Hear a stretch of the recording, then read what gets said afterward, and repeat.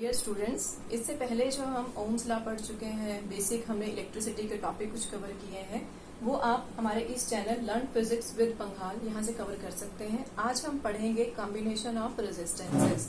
Combination of resistances it is of two type. दो type से हम रेजिस्टर्स को आपस में कनेक्ट कर सकते हैं, एक है सीरीज और एक है पैरेलल। सबसे पहले हम स्टार्टिंग करेंगे combination of resistances in series. देखिए, सीरीज को हम कहते हैं एंड टू एंड। इसको याद रखने के लिए it is end to end connections. जब रेजिस्टेंसेस, डिफरेंट रेजिस्टेंसेस आपस में एंड टू एंड कनेक्टेड हो, मतलब एक का एक एंड दूसरे के एंड से जुड़ा हुआ होगा, इसका ये एंड नेक्स्ट रेजिस्टेंस के एंड से जुड़ा होगा, तो इस कॉम्बिनेशन को सीरीज रेजिस्टेंस कहा जाता है। यहाँ पर एक बैटरी हम लगाएंगे जहां से हमें सपोज V वोल्टेज ये प्रोवाइड कर रहा है। करंट I जो है, जितना करंट फर्स्ट रेजिस्टेंस में से पास होगा उतना ही सेकंड में से होगा। Same current will flow across the third resistance, but the voltage gets divided. Voltage जो है वो डिवाइड हो जाएगी किसके according? The value of R1, R2 और R3 के अकॉर्डिंग वोल्टेज जो है वो तीनों में डिवाइड हो जाएगी। तो एक की पॉइंट है लर्न करने के लिए, याद रखने के लिए, कि करंट जो है वो सेम रहता है बट वोल्टेज जो है वो डिवाइड हो जाती है। अब डेरिवेशन करने के लिए एक सिंपल सा पॉइंट ये है कि जो चीज डिवाइड हो रही है, जो क्वांटिटी डिवाइड हो रही है, स्प्लिट हो रही है, वहां से हम स्टार्ट करें। जैसे हमारी वोल्टेज जो है वो डिवाइड हुई किसमें? V1, V2 और V3 में। अब ओम्स लॉ लगाते हैं। ओम्स लॉ क्या कहता है? V is equal to I R. तो जहां पर भी आपका I है it will remain same, but R की वैल्यू पहले केस में V1 अगर मैं लेती हूं तो I R1 हो जाएगा। अगर सेकेंड वोल्टेज लेते हैं तो I R2 हो जाएगा, थर्ड I R3 हो जाएगा, और फर्स्ट केस इधर यहाँ पर V की जगह हम लेंगे I RS। RS it is the equivalent resistance in series combination. This S stands for series. Values put करने के बाद आप देखिए I जो है it is common on both the sides, so it will get cancelled out. आपके पास बचा क्या? RS is equal to R1 plus R2 plus R3। ये तो था इसका डेरिवेशन पार्ट। अब एक्चुअल में सीरीज कॉम्बिनेशन है क्या, इसको क्यों स्टडी किया जा रहा है और इसकी एप्लीकेशंस क्या है, थोड़ा उसके बारे में डिस्कस करते हैं। सीरीज कॉम्बिनेशन जो है आपके घरों में यूज किया जाता है जब हम दिवाली पे लाइटनिंग की जाती है, मैरिज फंक्शंस में जो डेकोरेशन के लिए लाइटनिंग की जाती है, वहां पर सीरीज कॉम्बिनेशन को हम यूज करते हैं। आपने देखा होगा कि जो आप लाइटनिंग आप यूज कर रहे हैं उनका स्विच एक ही होता है, ऑन ऑफ करने के लिए स्विच आपका एक रहता है। मोर ओवर, अगर उनमें से कोई एक जो एलईडी है, जो बल्ब लगे हैं कनेक्शंस में, अगर उनमें से कोई एक खराब हो जाता है तो आगे की भी जो पूरी आपकी लड़ी है वो सारी की सारी खराब हो जाती है। ये सीरीज कनेक्शंस है। ओके, उसके बाद अब यहाँ पर हम देखते हैं कि आपका जो RS है it is sum of these three resistances R1, R2 और R3 के सम के बराबर है। तो यहाँ से हम ये कंक्लूड कर सकते हैं कि आपका RS इंडिविजुअली अगर हम देखें तो RS आपका R1 से भी बड़ा होगा, R2 से भी बड़ा होगा और R3 से भी बड़ा होगा, क्योंकि ये तीनों को सम करने के बाद तब बना है RS। तो ये सीरीज कॉम्बिनेशन है जहां पर RS को हम इक्विवेलेंट कहते हैं। इक्विवेलेंट मतलब it is equivalent to these three resistances. यहाँ पर कोई बाउंडेशन नहीं है कि हम तीन ही लें, it can B n number of resistances. Next combination जो है that is parallel combination. Series combination की तरह सेकेंड आपकी टाइप है पैरेलल की। पैरेलल को हम फेस टू फेस कनेक्शन भी कहते हैं। You can use the word face to face. Like series को हमने एंड टू एंड कहा था, इसको हम फेस टू फेस कनेक्शंस कहते हैं कि जो R1, R2, R3 हैं they are connected in face to face, ऐसे आमने सामने कनेक्टेड होते हैं। तीनों का जो एक कॉमन एंड है it is connected with the common potential. यहाँ पर इसके टर्मिनल से कनेक्ट होगा।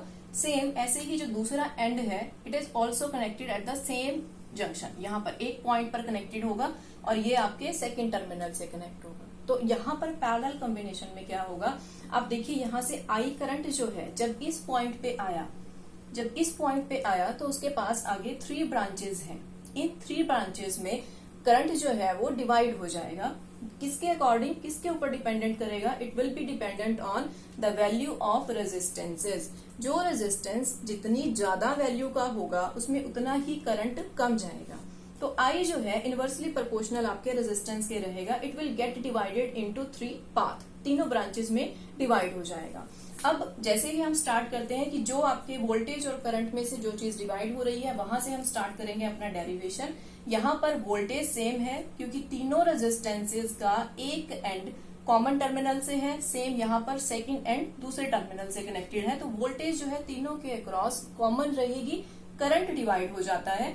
तो ये दो इसकी शॉर्ट नोट्स कह लीजिए आप। करंट स्टार्ट हुआ डिवाइड होना, तो हम लिखेंगे कि जो I है 3 भागों में बंट गया, I1, I2 और I3 में। फिर हमने ओम्स लॉ लगाया, V is equal to IR। यहां से I निकालेंगे आप, it will become V by R। तो ये वैल्यू यहाँ इस इक्वेशन में पुट कीजिए। I1 की जगह V bye R1, I2 V bye R2 और I3 जो है it will be written as V by R3। और जब इस I को हम लिखेंगे तो we will write V by RP।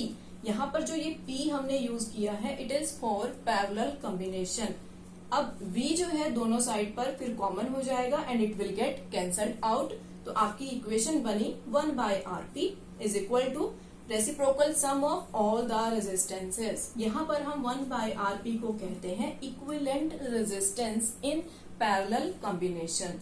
अगर इस इक्वेशन को फर्दर आप आगे सॉल्व करना चाहें, आप इसका एलसीएम लीजिए, तो एलसीएम लेकर आपका ये जो है फाइनल एक्सप्रेशन बन जाता है in case of parallel combination. तो it can be written as R equivalent. ये आपका एलसीएम लेकर ये आपकी फाइनल एक्सप्रेशन बन जाएगा। इस केस में एक चीज ध्यान दीजिएगा कि आपका जो इक्विवेलेंट रेजिस्टेंस है वो यहाँ पर आपने जो रेजिस्टेंसेस लगाए हैं R1, R2 और R3, इनमें जो मिनिमम से मिनिमम का रेजिस्टेंस होगा उससे भी छोटा आएगा आपका R इक्विवेलेंट। जैसे आपने सीरीज में प्रूव किया था कि सीरीज में जो इक्विवेलेंट रेजिस्टेंस था that was greater than individually R1, R2, R3 individually उनसे बड़ा था। यहाँ पर उल्टा हो जाएगा, इक्विवेलेंट रेजिस्टेंस जो है कम से कम वैल्यू का जो रेजिस्टेंस आपने यहाँ पर लगाया है उससे भी छोटा होगा। तो this is important point in case of parallel combination. Okay, अब पैरेलल कॉम्बिनेशन यूज कहाँ पर किया जाता है? जैसे मैंने आपको सीरीज का एग्जांपल दिया था कि जो लाइटनिंग की जाती है वहां पर सीरीज कॉम्बिनेशन यूज किया जाता है। पैरेलल कॉम्बिनेशन हमारे घरों में जो हम होम अप्लायंसेस के लिए जो कनेक्शंस करवाते हैं that is in parallel combination. आपने देखा होगा आपके पास घर में हर एक अप्लायंसेस के लिए अलग से स्विचेस प्रोवाइड किए जाते हैं।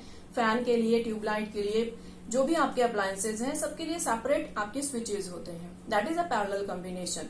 बेनिफिट क्या है इसका एज कम्पेयर टू सीरीज कि अगर एक अप्लायंस सपोज की खराब हो गया आपका, मान लीजिए आपका कोई फैन जो है काम नहीं कर रहा, तो उसके जो इफेक्ट है वो दूसरे अप्लायंसेस के ऊपर नहीं आएगा। एक फैन अगर खराब हो गया तो बाकी की जो अप्लायंसेस हैं दे विल वर्क अकॉर्डिंगली।